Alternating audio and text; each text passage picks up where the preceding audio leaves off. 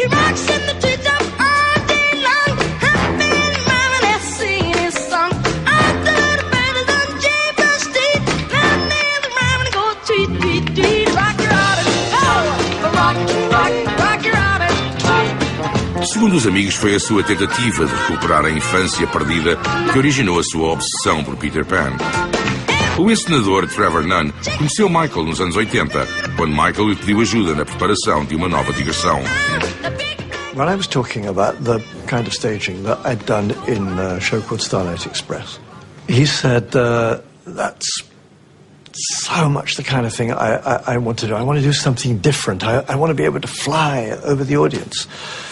And I said, that's not a problem. I was kind of bantering, I suppose. No, there's no difficulty. I had people flying over the audience when I did Peter Pan. And it was like I had pressed a button that would give him an electric shock. Everything changed. He sat bolt upright. He grabbed the arms of the chair. He said, "You did Peter Pan?"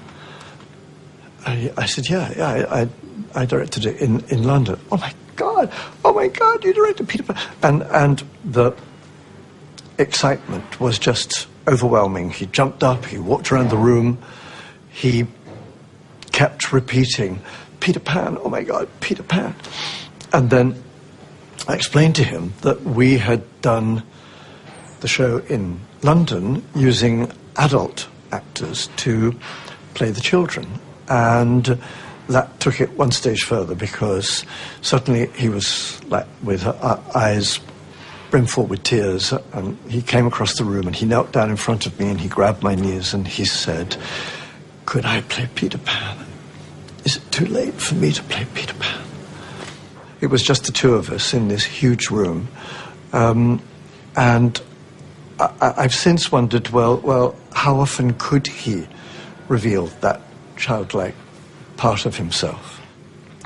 And the discussion about Peter Pan not only released it, but I think it showed me that it was not so much a part that he wanted to play, it was the person he wanted to be.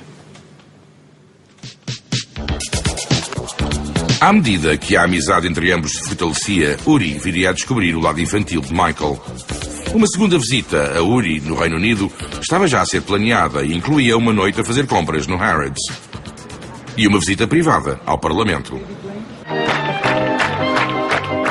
Depois de Michael Jackson ser padrinho de casamento de Uri em 2001, a amizade entre os dois tornou-se ainda maior. Costumavam falar frequentemente ao telefone. Mais do que uma vez discutiram a proposta feita por um entusiasta americano do espaço. I got an email from a scientist, an engineer that worked in Boeing with ties to NASA. And I don't know, the conversation started between me and him that it is, no matter how far out this sounds and how science fiction it sounds, that it was possible to get Michael Jackson to the moon. And I relayed this to Michael. And Michael was extremely ecstatic about it. He was so excited. Just by, the idea of him being able to actually do his moonwalk on the moon. And I remember, it was really, to me, it was an impossibility, but the flicker, the hope that it could happen was there because these emails were coming from a scientist. At 3 o'clock in the morning, Michael Jackson left me a message on my answer phone. Uri Geller, it's Michael Jackson calling. When you get this message, please know that I pray that we do the moon trip. I want to be the first one to do it in the pop world. And now I hear that NSYNC and all these people are trying to go. I want to be first, please. And let's do Hands Across England. And let's think of some other wonderful things. I love you. Goodbye. This was so sweet. It was so timid. It was so naive. It was so gullible. It was so beautiful and gentle that I had to keep... I didn't want to erase the message. I mean, I listened to it over and over and over again. You see, Michael Jackson believed in the impossible. Alguns meses depois, a superestrela regressava ao Reino Unido para visitar Uri. Com a autorização de Michael, todos os passos da visita foram gravados pelo seu amigo.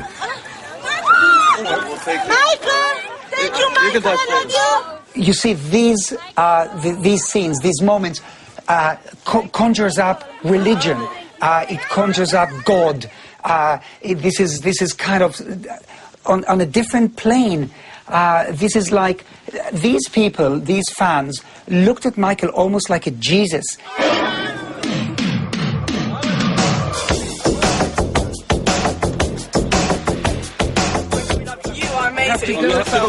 O ilusionista David Blaine, um amigo de Uri, juntou-se a eles. A primeira paragem foi no Parlamento, a convite de um outro amigo de Uri, Lord Greville Jenner. Michael really loved that sculpture, but come on, that's been there probably for hundreds of years. He couldn't take that home.